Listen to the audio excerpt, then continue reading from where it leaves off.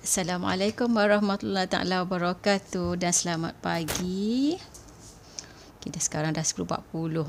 Saya tadi sedikit lewat sikit pagi ni sebabnya tadi saya membantu kawan-kawan saya yang ingin log lah Gold Bar dan juga Dina sempena promosi 10 kali bayar yang akan tamat sekejap lagi lah, tamat dalam 1 jam lebih lagi. Okey, promosi ni tamat, promosi bayaran 10 kali bayar untuk semua item item Gold Bar dan juga Dina Public Gold ni akan tamat pada pukul 12 sekejap lagi. So sorry, sekejap ya, saya ada nak set sikit. Okey.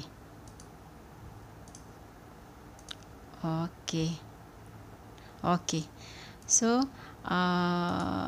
kalau ada tuan-puan yang berminat lah untuk nak upgrade sedikit duit tuan-puan, okey, dan boleh committed dalam masa 10 bulan untuk membuat pembelian Gold Bar dan Dina untuk menaikkan nilai kekayaan tuan-puan dalam bentuk emas Gold Bar ataupun Dina ni. So ini contoh Gold Bar yang 10 gram. Okey, so boleh saja hubungi saya untuk saya bantu tuan-puan untuk dapatkan aset pertama tuan-puan dalam bentuk Gold Bar dan juga Dina. So saya ada share sebelum ni kan, sebelum hari ini hari ini dah ada hari ke-14 saya buat sharing lah berkenaan dengan ilmu emas dan juga kewangan lah. Okey, so promosi tu, promosi ni promosi pembelian Gold Bar ni, ni contoh 10 gram. Okey, untuk 10 kali bayar. Macam contoh kata 10 kali bayar untuk 10 gram ni dalam 201 bulan lah. Dalam 201 bulan. Okey, so dalam 201 bulan 10 kali bayar nanti tuan-puan akan dapat lah. Bila dah habis bayar, tuan-puan akan dapat Gold Bar tuan-puan ni. So tapi yang ini kena orang yang boleh komit lah dalam masa 10 bulan untuk bayaran ni. Sebab kalau tak boleh komit, kalau tengah-tengah tiba-tiba tak boleh nak bayar, nanti Public Gold akan kenakan charge sebanyak 5% ke atas pembelian tuan-puan tu, dan juga maknanya chargekan macam penalti lah kepada tuan-puan. Lepas tu nanti jika ada lebihan, nanti duit tuan-puan yang dah dibayar tu akan diberi balik lah kepada tuan-puan. Tapi kita tak nak macam tu kan, rugilah duit kita. Okey, so kalau yang boleh komit, sangat disarankan lah. Tadi saya dah membantu ramai sahabat saya untuk buat belian ni lah, log untuk pembelian Gold Bar dan juga Dina. So kalau yang serendah, kalau contoh ada RM110 pun sebulan dah boleh log untuk promosi ni, iaitu dapatkan satu Dina ni sebesar 10 sen saja duitnya. Satu Dina iaitu 4.25 gram, lebih kurang dalam RM110 lah satu bulan. Kecuali bulan pertama lah dia ada sedikit kos pengurusan dalam 130, lepas tu dalam RM110 satu bulan. 9 bulan yang selepas tu dah boleh dapat dah satu Dina tuan-puan. Satu Dina. Saya ada yang 5 Dina. Yang 5 Dina ni besar macam ni lah. Besar macam ni, besar sikit daripada duit 50 sen. Tapi kalau satu Dina tu dia lebih kurang dalam duit 10 sen lah. Okey, dia bentuk bulat. Kalau Dina ni dia bentuk bulat, kalau yang Gold Bar dia bentuk 4 segi. So maknanya boleh buat belian dalam masa 10 bulan bayar. Kalau kata tak ada promosi ni, hanya bayar sehingga 6 kali sahaja. Macam contoh kata 1,000 tu bayar 6 kali, agak lebih sikit lah daripada 110 kan. Contoh kata 1,100 kita bayar 6 kali dalam RM183, RM190 macam tu. So lebih dah RM90, RM80 satu bulan kan. Lebih daripada kalau yang masa kita dapatkan promosi yang 10 kali bayar ni. So sangat mampu milik. Man tak rasa lah 10 bulan nanti tuan-puan dah dapat satu Dina ataupun berapalah yang tuan-puan log. Okay, boleh log lah. Macam contoh kata 10 gram atau 20 gram, 50 gram, 100 gram pun boleh. 100 gram maknanya dalam 2,500 lebih macam tu lah satu bulan. Mungkin orang yang boleh komit tinggi lah. Okey, so sebagai permulaan boleh saja ambil yang satu Dina tu dalam RM110, komit untuk nak buat bayaran dalam masa 10 bulan.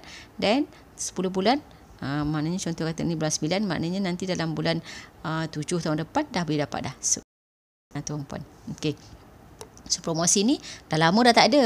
Dia sebelum ni yang normal purchase hanya sehingga 6 kali bayar tu biasa memang ada lah. Tapi yang promosi 10 kali ni, ini dia buat dalam 3 hari. hari Sabtu, Ahad dan Isnin ni. Sampai hari ni last pukul 12 tengah hari lagi. Okey. So kita nak bercerita hari ni pasal kereta dan juga rumah pertama apa yang perlu kita beli. Okey. So apa yang first saya nak sebut adalah rumah pertama. So kalau contoh kata rumah pertama ni sepatutnya tuan-puan beli yang anak-anak muda lah, yang baru bekerja, mungkin orang yang dah lama bekerja tapi belum beli rumah. Apa, kita tak terlambat lagi, beli sahaja. Tapi kena tahulah rumah apa yang perlu kita beli, kan. Kalau tidak nanti dia akan jadi membebankan kita jugalah. Okey. So memang kita nak rumah yang selesa, kan. Memang kita nak rumah yang selesa, rumah idaman lah kata orang. Tapi kita kena tengoklah kedalaman poket kita.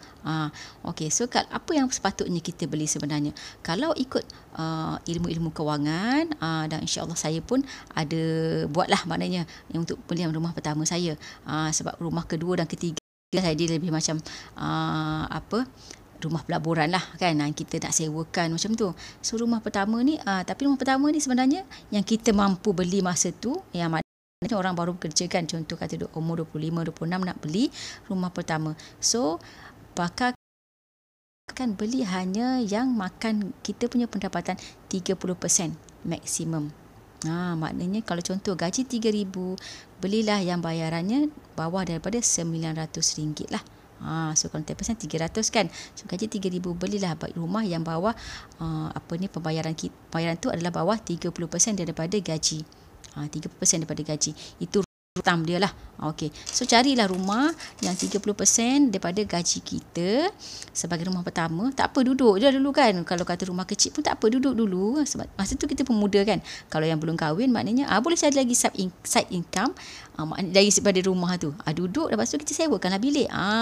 Dia punya tips rumah pertama ni adalah belilah rumah yang, sebab dia bukan rumah idaman, kan.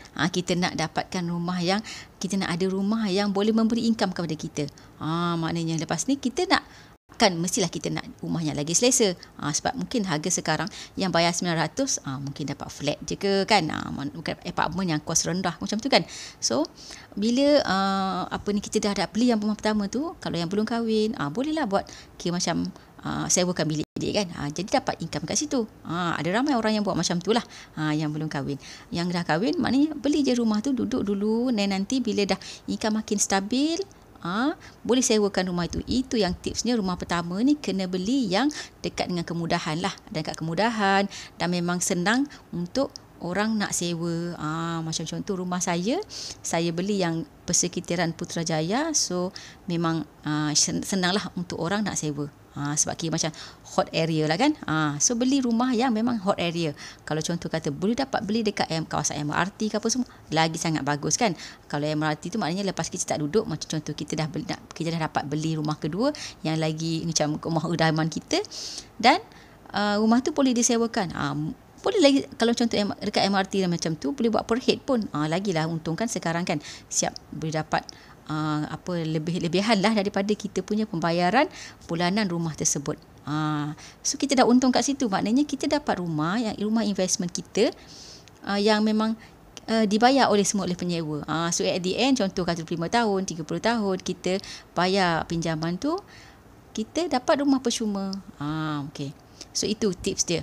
Beli rumah yang 30% daripada kita punya pendapatan rumah pertama. Rumah kedua, ketiga, mungkin dia lain sikit lah rules of thumb je, tapi saya nak fokus pada rumah pertama. 30% daripada kita punya pendapatan. Dan sebaik belilah secepat yang mungkin. Sebab cepat-cepat mungkin ni, macam contoh yang baru kerja 25 tahun, 26 tahun, carilah rumah yang yang ikut tips tadi lah. Tapi mungkin puan-puan kena pergi belajar lagi sedikit lah, dapat lagi ilmu yang detail. Ini saya bagi macam orang kata head knowledge lah, macam mana cara lebih kurangnya yang perlu tuan-puan nak cari. Okay. So bila dah dapat rumah macam tu, kena beli cepat-cepat, sebabnya tuan-puan akan save dari segi insurans apa semua tu murah lagi. Sebab macam contoh saya pernah lah, saya orang bos saya dulu, dia dah umur 50 lebih. Maknanya insurans dia sangat mahal lah bila dia nak beli rumah. Maknanya macam dia nak beli rumah lagi pelaburan lah, tapi dia nak beli. So kalau contoh anak dia mungkin pendapatannya tak berapa nak lepas lah kalau loan, tapi dia maknanya itu pun ilmu lah. Maknanya dia join loan antara ayahnya dengan anak. So ada dua nama kat situ. Sebenarnya itu untuk pelaburan anak dia lah, tapi sebab anak dia tak lepas, buat nama bawah ayah dia. Tapi dia bila dah join dulu macam tu, sebab ada seorang yang muda, insurans dia lagi murah lah untuk dia covernya lagi murah untuk rumah macam tu. So berbalik pada ilmu juga. Maknanya nak cari rumah kan, nak cari rumah kena cari rumah pertama yang hot area. So tak apa, mungkin orang kata hot area ni sibuk sikit kan dari segi parking ke apa benda, tapi tak apa. So kita nak sediakan backup untuk nanti rumah tu sebagai pelaburan. Maknanya rumah tu boleh bekerja untuk kita dapatkan income nanti di kemudian hari. Berbanding kita habiskan terus duit, kita kata kita nak beli lambat sikit, tapi kita nak beli rumah idaman terus. So kita dah rugi dari segi masa kat situ. Duit tu biasanya kalau dalam bentuk duit ni, dia panas sikit tangannya kan. Bila kita simpan banyak aja sikit, mulalah kita nampak benda lain. Sebab itulah saya selalu sarankan lah, belilah simpanlah duit-duit yang kita macam nampak macam kita tak guna dalam 2 tahun. 2 tahun kita beli emas, simpan dalam bentuk emas. Sebabnya bila simpan contoh dalam bentuk emas macam ni, ataupun boleh juga macam ni, emas perhiasan. Cumanya emas perhiasan ni dia lambat sikit lah dari segi tuan-puan nak dapat income daripada kalau contoh nak jual. Kalau contoh kata gold bar ni, kalau contoh tuan-puan beli macam contoh yang ini 2,000 lebih, insya-Allah dalam masa 3 tahun dah boleh dapat dah dia punya keuntungan bila nak jual balik. Bila contoh kata duit saya ni, saya nak beli saya nak buat untuk nak pergi umrah lagi 3 tahun contoh. Okey. So kata contoh kita simpan contoh dalam kata sebelum ni kan harga umrah dalam 5,000 dah dapat kan. Contoh tuan-puan simpan dalam bentuk 5 dinar. 5 dinar ni insya-Allah dah boleh dapat lah beli pergi kalau sebelum ni lah punya harga kan. Mungkin selepas daripada PKP ni jatuh pula. Selepas daripada PKP ni mungkin dia naik harga sikit package umrah kan. Tapi kalau kata 5,000 lebih ni dah boleh dapat dah package pergi umrah, simpan dalam bentuk ni, nanti 3 tahun masa nak pergi umrah nanti jual saja benda ni. Kalau tak ada jaminan untuk nak buat nak bayar balik kalau kita pergi arah kan dia. Kalau kita pergi maknanya dalam kata ayat standardnya kita pergi pajak dia lah. Okey. So kalau tak ada jaminan untuk nak boleh bayar balik, so boleh jual. Tapi dalam masa 3 tahun kalau bentuk macam ni tuan-puan beli dan simpan, insya-Allah dah boleh dapat keuntungan. Okey. So maknanya dalam 3 tahun bila jual dah boleh untung, dapat duit balik, tak ada rugi. Tapi kalau bentuk macam ni biasanya dia makan lebih pada 5 tahun lah. Sebab dia ada kos dia kat sini semua. Bila kita nak beli macam yang ni, kalau beli yang gold bar ataupun dinar macam ni, kos upah dia rendah. Jadinya kita cepatlah dapat untung. Contoh kalau kata contoh lagilah yang untuk kata contoh lebih daripada 10 tahun. So sangat berbaloi lah. Macam contoh kata tuan-puan nak buat yang ini, contoh kata nak buat sebagai dana persaraan nanti. Bila contoh saya, macam contoh saya 44 tahun, saya nak bersara umur 60 tahun. Lagi 16 tahun. 16 tahun saya nak simpan duit saya kat mana yang sangat untung. So sangat untung dalam bentuk emas lah. Sebab duit ni satu dari segi emosi, of course kan emosi. Sekarang ni kita duduk kat rumah, yang contohnya WFH pun kan, sambil-sambil buat kerja terbuka, dapat buka Facebook sekejap, termasuk je iklan Shopee ke, iklan Lazada ke kan. So kita dah nampak kat situ, terus macam emosi kita ni tak stabil. Sebab kita ingat duit kita tadi ada dalam bank. Sebab contoh kata kita contoh ada 10,000 contoh yang kita dah simpan sebelum ni, konon-konon contoh kata kita nak pergi umrah nanti 3 tahun, tapi kita still simpan benda tu dalam bentuk duit, dalam bentuk RM dalam akaun bank kita. So kita ingat kita ada 10,000 tadi. Kalau kita tak kuat iman, biasanya ramai orang tak kuat iman lah, sebab duit dia nampak tadi yang dia ada 10,000, jadi cepat je mungkin sikit ambil. Okey lah, ni saya nak kena belilah ni benda ni. Contoh, kalau contoh perempuan saya kan, justify ni. Kan sekarang kan cordless vacuum.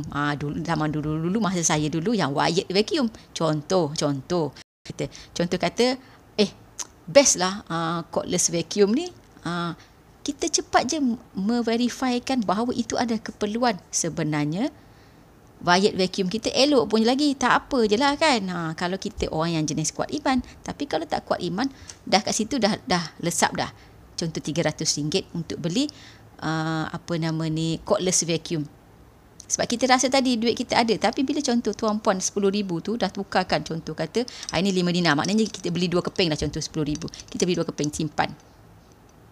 So bila kita tengok cordless vacuum tu, kita tak ada pun teringat, bukan teringat lah, duit aku ada 10,000 dalam bentuk 2 keping 5 dinar. Tapi kita tak akan lah nak ambil ni, pergi arah nungkan dia untuk nak beli cordless vacuum tu.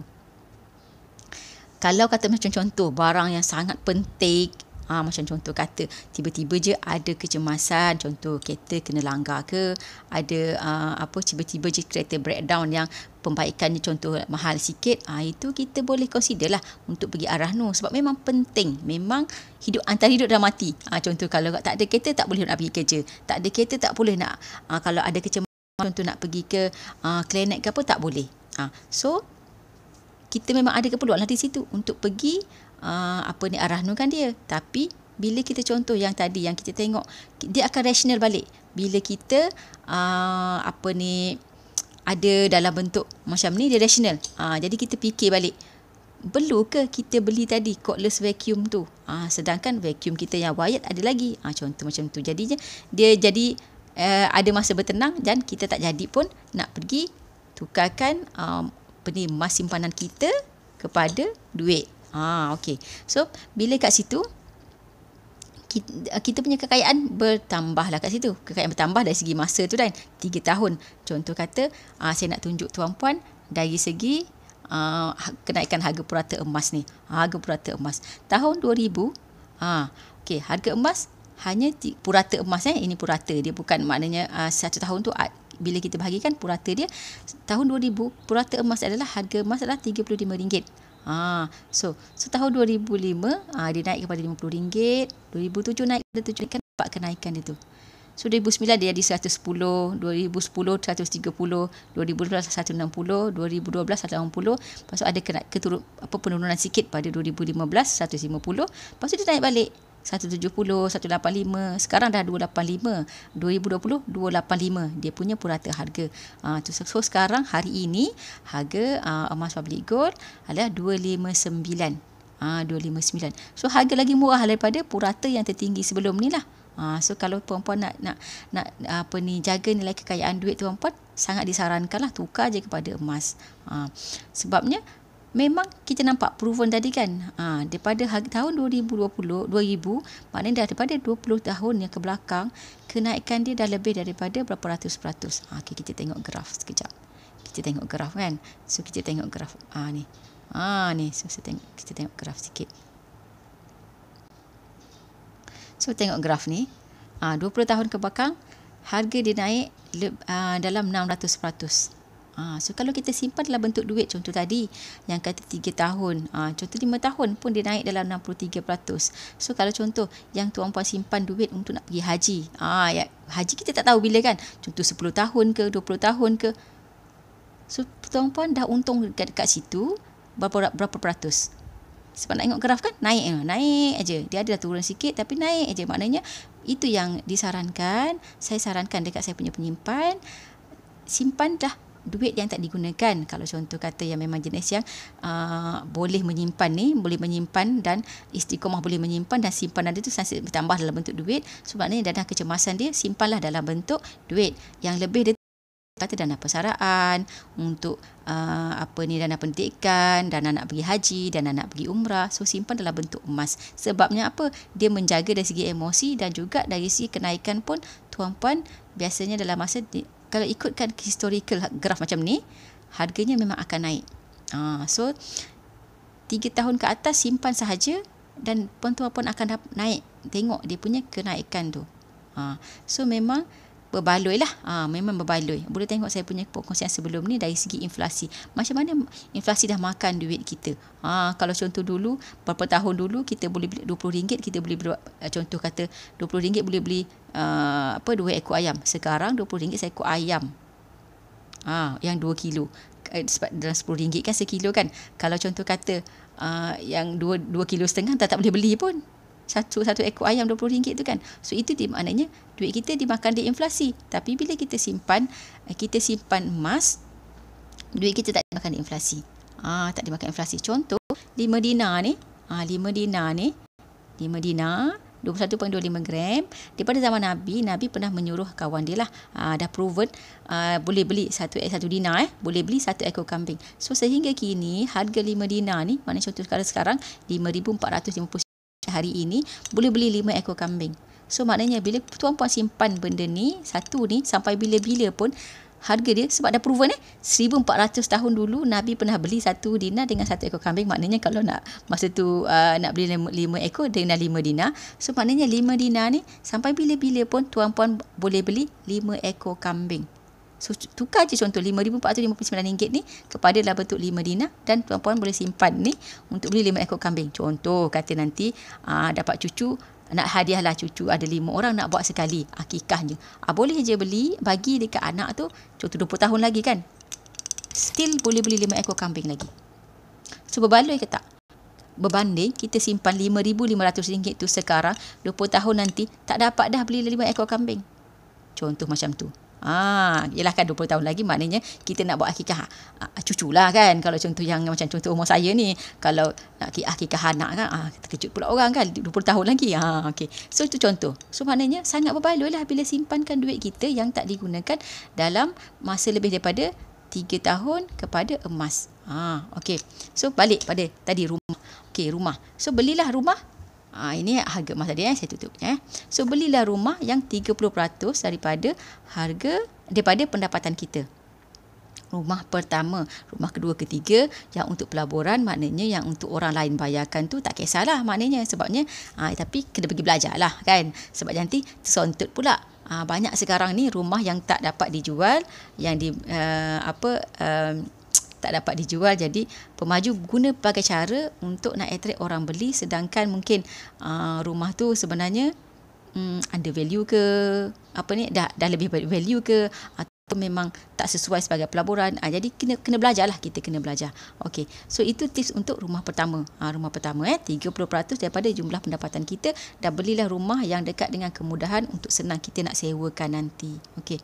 So macam rumah pertama saya boleh disewakan dalam masa contoh hari tu penyewa keluar, tapi saya pun memang tak adalah niat nak sewakan terus, sebab kita nak buat ada maintenance sedikit kan. So 1 bulan pun dah 1 bulan lepas tu, maknanya kosong 1 bulan je dah tu dapat ada masuk penyewa dengan harga yang saya lebih kurang yang saya nak lah. Mungkin sekarang sebelum ni saya sewakan sedikit tinggi, sebab macam penawarannya masa tu mungkin tak ramai orang, jadi orang tu nak sewakan dengan bersetuju untuk sewa dengan lebih tinggi lah. Tapi sekarang mungkin PKP, jadi saya pun lebih consider untuk turunkan sedikit. Tapi maknanya ada permintaan dan juga penawaran. Memang hot area lah di tempat saya tu. Okay. So kena cari tempat yang ada banyak kemudahan. Kalau tidak pun macam contoh dekat Putrajaya pun, dia luas sedikit je tapi harga dia dah lebih murah banyak daripada di dalam Putrajaya. Jadi orang consider lah nak sewa. Macam contohlah saya luas sedikit lah daripada Putrajaya, tapi memang hot area, dan setiap hari lah bila saya buat iklan je dalam FB, tak pakai ejen pun, alhamdulillah dalam FB saya iklankan dalam FB, bertalu-talu lah orang WhatsApp saya untuk nak tengok rumah tu. Okey, tapi saya screening lah, maknanya saya tak nak lah kira macam semua orang yang nak tu saya nak bawa, sebab jadinya macam saya nak buat less effort jugalah kan. Saya screening sebenarnya berapa pun dia punya maksima dia boleh bayar. So kalau tak sampai saya punya minima saya nak sewa, saya tak adalah nak bawa dia pergi jumpa. Kenapa saya nak habiskan masa dan tenaga saya nak bawa orang yang memang tak akan capai dengan apa yang saya nak lah harga. Okey. So kat situlah. Jadi bila kita dah ada sedikit experience untuk macam mana kita nak sewa, jadi kita lagi boleh manage lah. Okey. So dari segi masa apa semua kan kita nak jaga masa kita lah. Okey. So banyak benda lain yang kita boleh buat lah dengan bila kita dah buat macam tu. Okey. So itu tips lah, antara tips. Maknanya kita boleh screen daripada awal berapa yang dia nak sewa. So sebab kebanyakan orang ni penyewa ni kan, yang baru-baru ni kan nak tengok rumah, tapi saya cakap lah berapa tuan-puan punya maksima harga yang tuan nak sewa. So kalau tuan-puan macam contoh rumah saya ada kebanyakannya nak 1,000, so saya kata maaf, rumah saya tak boleh 1,000. So saya minima saya macam ni, contoh kata 1,300. So kalau tuan-puan nak bersetuju untuk 1,300 boleh tengok. Bukan kata wajib nak maknanya nanti kan, tapi maknanya tuan-puan memang ada kemampuan untuk bayar 1,300, okey, baru boleh tengok rumah. Sebabnya saya tak nak lah orang yang dah memang dia punya kriteria tu dah out daripada kriteria saya. So tapi sebab kawasan kita hot area, jadi kita boleh pegang di situ harga. Kalau kata contoh kata memang tempat yang orang kata jin bertendang kan, tak ada siapa yang nak, kita kena ikut harga apa yang orang nak lah, sebab tak ada orang yang nak sewa. Okay, so maknanya kena adalah kita punya sedikit ilmu untuk nak buat sedikit kajian lah. Berapa sewa kat situ, berbaloi ke kalau nanti kita nak sewakan semula. So yang pertama rumah pertama kena beli yang ada kriteria macam tu. So kereta, apa pula kriteria yang pakar-pakar kewangan syorkan. Kereta, ni pun banyak juga. Dari segi kereta, dari segi loan peribadi, ramai rakyat anak muda yang diisytiharkan muflis lah. Hari tu ada ada kajian daripada Bank Negara yang terdekat hari tu 2019 saya ingat. Banyaklah peratusan orang muda yang diisytiharkan muflis sebab loan kereta dan juga loan peribadi. So kena tahu berapa sebenarnya ratio yang kita perlu buatlah dari segi loan untuk kereta. Memang kalau bank kan tengok kita punya gaji contohnya 3,000. So 3,000 dia boleh je dia akan cakap lah segala jenama-jenama yang luar negara tu, dia kata sebenarnya layak lah. Layak. Okey, layak. So berapa sebenarnya kalau contoh gaji 3,000? Gaji 3,000 sebenarnya kalau ikut pakar-pakar kewangan lah, maknanya kita kena ikut orang yang dah berjaya dari segi kewangan untuk nak menjayakan kita punya kewangan. So sebenarnya kalau gaji 3,000 dia boleh beli kereta, dia perlu belilah, bukan dia boleh beli, maknanya orang tu mesti dia cakap saya boleh pakai je harga yang bayar 1,000, yang jenama H ke apa ke kan. Okay. So sebenarnya dari segi keperluan sepatutnya dia boleh mampu beli hanya yang berharga RM450, iaitu 15% daripada pendapatan dia. 15%. Jangan lebih daripada 15%. Itu pakar kewangan yang saran lah. Dia orang mesti dah buat kajian kan. Kenapa kan? Sebabnya iaitu bayaran bulanan RM450. Berapa lagi yang nak kena invest untuk kereta tersebut? Maintenance, road tax, insurans setiap tahun. Jangan fikir bayaran bulanan saja. Kalau 1,000 bayar bulanan, road tax, insurans, kalau duduk KL lagi nak kena bayar, minyak tu memang semua kena bayar lah kan. Tol lagi. Bergerak je kat KL ni kan tol. So tol lagi apa semua. So sebenarnya dia akan sekali ganda. Ataupun kalau at least kata separuh daripada kita punya, kalau contoh kata kita punya bayaran bulanan 1,000, mungkin 500 sebulan untuk tol minyak apa semua tu. So itu yang pakar-pakar sarankan, 15% sahaja daripada gaji kita yang untuk kita beli kereta. Kalau 450 maknanya lebih kurang berapa? Lebih kurang kereta apa? Mungkin Azia je lah kot.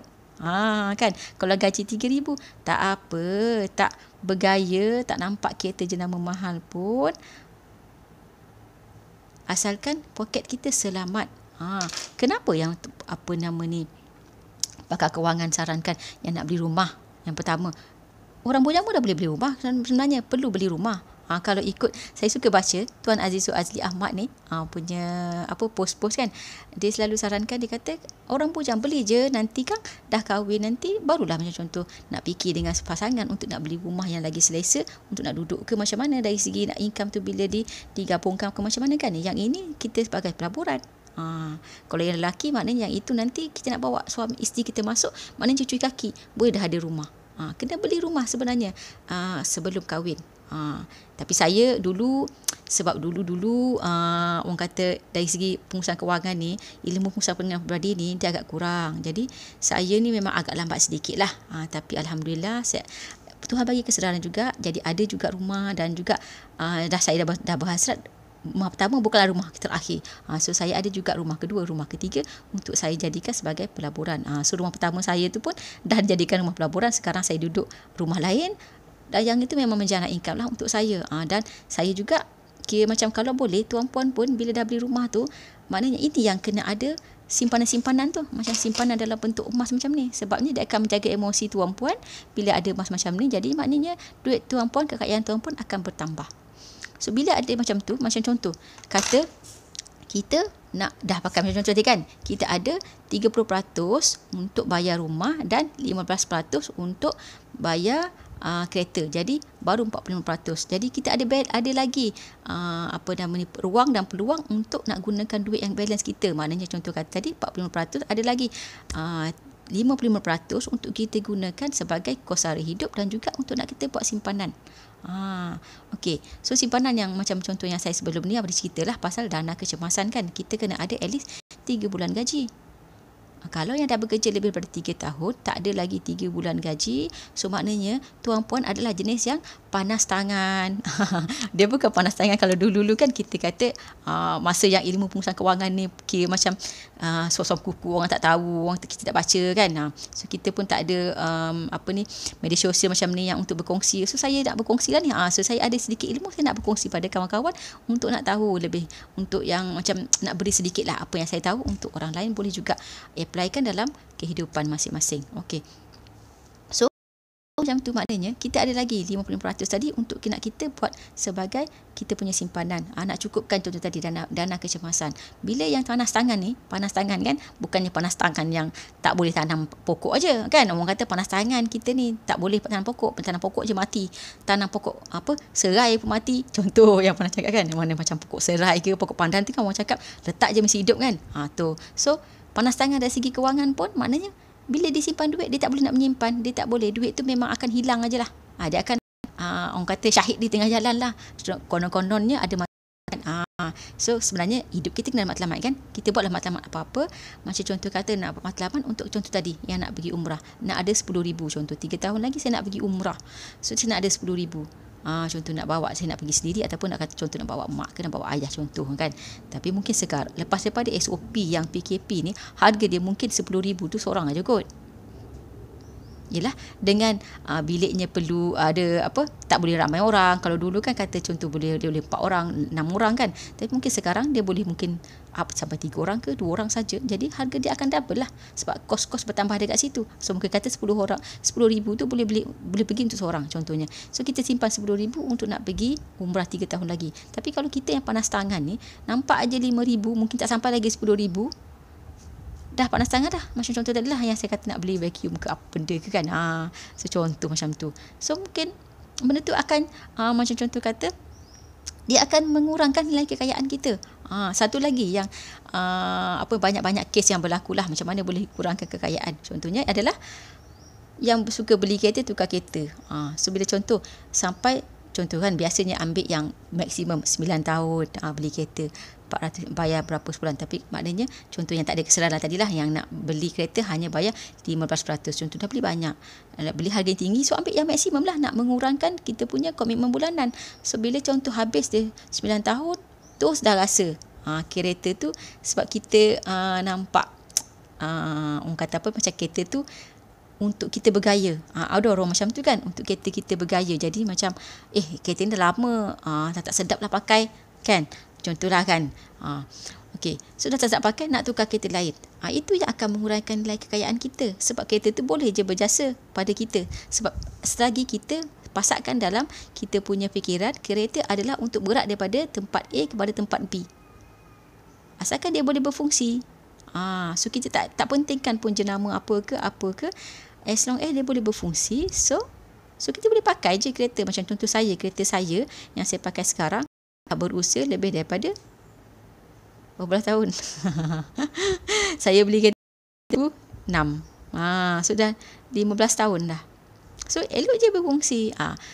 Maknanya bila kita tak ada komitmen bulanan, dia mungkin yalah kita dah berusia sikit, ada sedikit lah dia punya komitmen untuk memang kita kena simpan lah sedikit. Kalau masa yang kita yang masih bayar bulanan pun still ada komitmen, kita nak kena buat maintenance kan. So yang maknanya, tapi instead of kita tukar kepada yang contoh bayar bulanan tu, kita simpan sikit kat sini. Tak adalah pun kereta saya setiap bulan kena masuk wad, tak ada. So mungkin contoh kata bulan ni dah lama dah dia tak ada minta bayaran kan. So bulan ni je dia minta bayaran. Itu mungkinlah dah sampai masa tayar tu kena tukar. So kita tayar tu rosak sikit, so kena tukar tayar. Lepas tu ada sedikitlah kerosakan dekat enjin, so kena tukar, kena pergi baiki.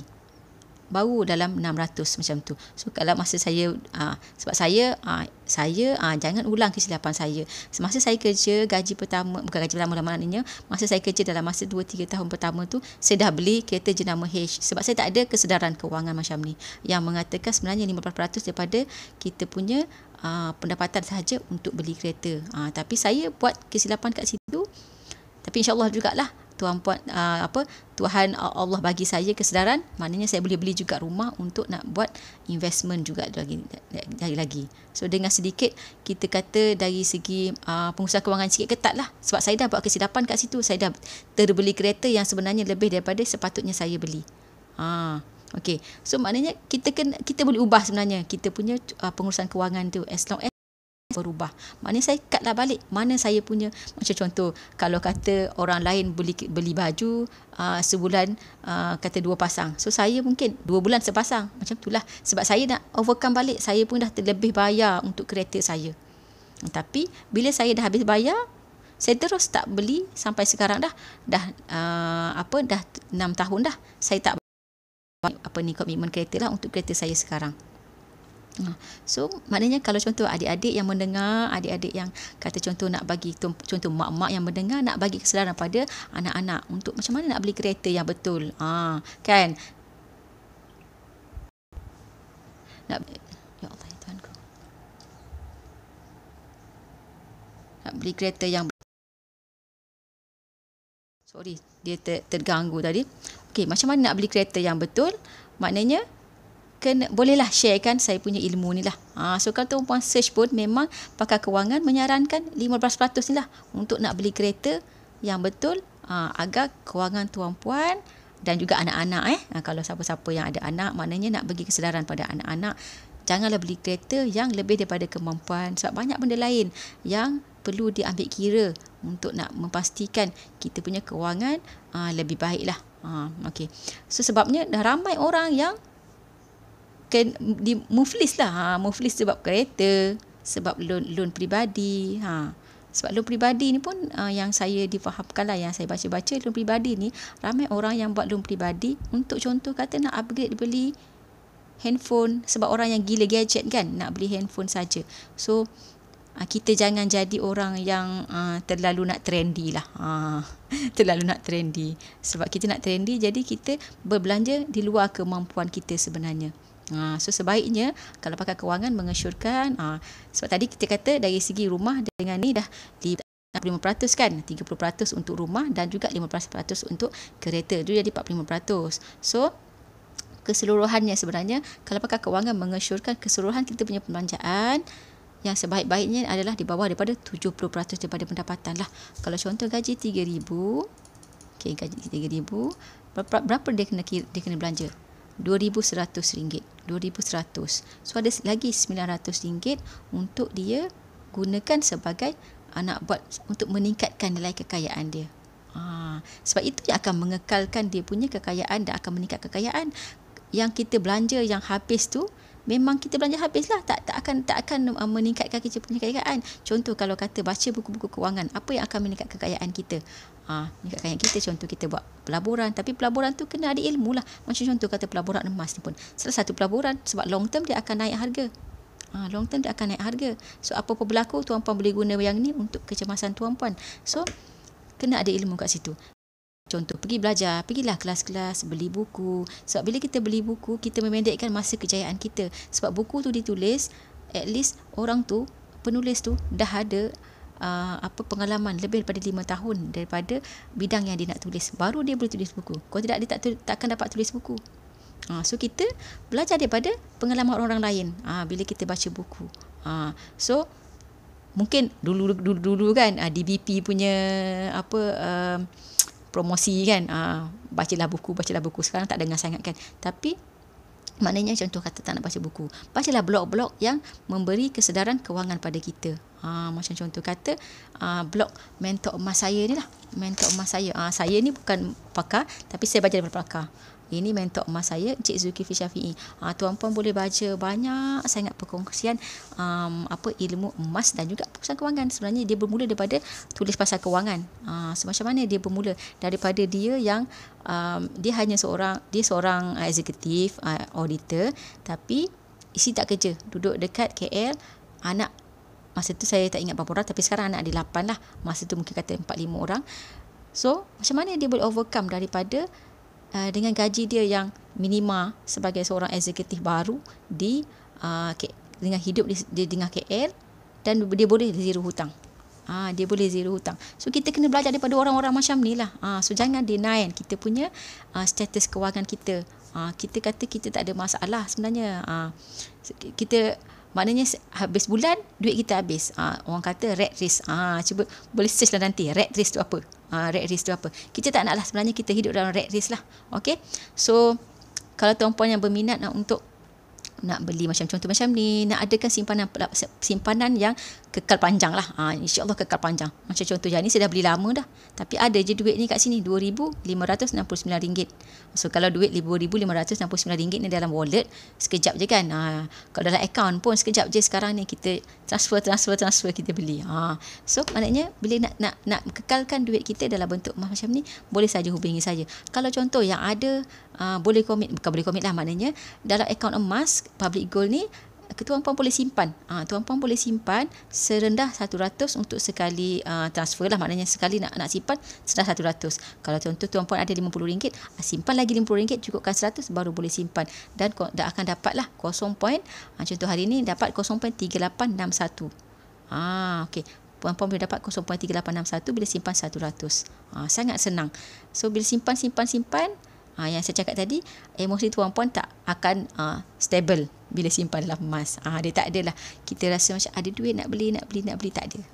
So jangan risau. Cuba search saja testimoni penyimpan emas, jadi tuan-puan akan nampak sebenarnya dah ramai orang berjaya dengan emas. Jadi kita kena ikutlah orang yang berjaya. Macam mana orang berjaya, jadi kita ikut macam tu, baru kita boleh dapat kejayaan yang sama. Dia sebenarnya dalam hidup ni kita kena copy aja. Copy orang yang dah berjaya, dan kita akan berjaya. Dia yang tak boleh masa dalam exam je yang kita nak copy kan. Tapi dalam hidup sebenarnya kita kena copy. Apa yang dia buat, bacalah buku-buku, mana-mana buku motivasi pun, apa yang orang yang berjaya buat, bila kita buat benda tu, kita akan berjaya. Masa dengan komitmen kita je akan menentukan benda tu. Okay. So itu sahaja daripada saya. Kalau rasa perkongsian saya ni macam contohkan dari segi nak beli rumah dengan nak beli kereta tadi, ada manfaatnya kepada tuan-puan, bolehlah dikongsikan ilmu ini untuk orang lain pun dapat manfaat yang sama. Okay. So semoga dengan perkongsian tuan-puan itu, puan-puan pun dapat pahala yang sama macam mana saya yang bercakap kat sini. Sedangkan puan hanya klik share sahaja. Tak perlu pun bercakap, tapi dapat pahala yang sama. Siapa yang tak nak pahala kan? So boleh saja di-sharekan. Kalau saja ada pertanyaan berkenaan dengan contoh kata nak tanya lagi detail pasal kereta ke rumah tadi, boleh saja WhatsApp saya untuk saya jawab lah. Okey. So assalamualaikum warahmatullahi wabarakatuh.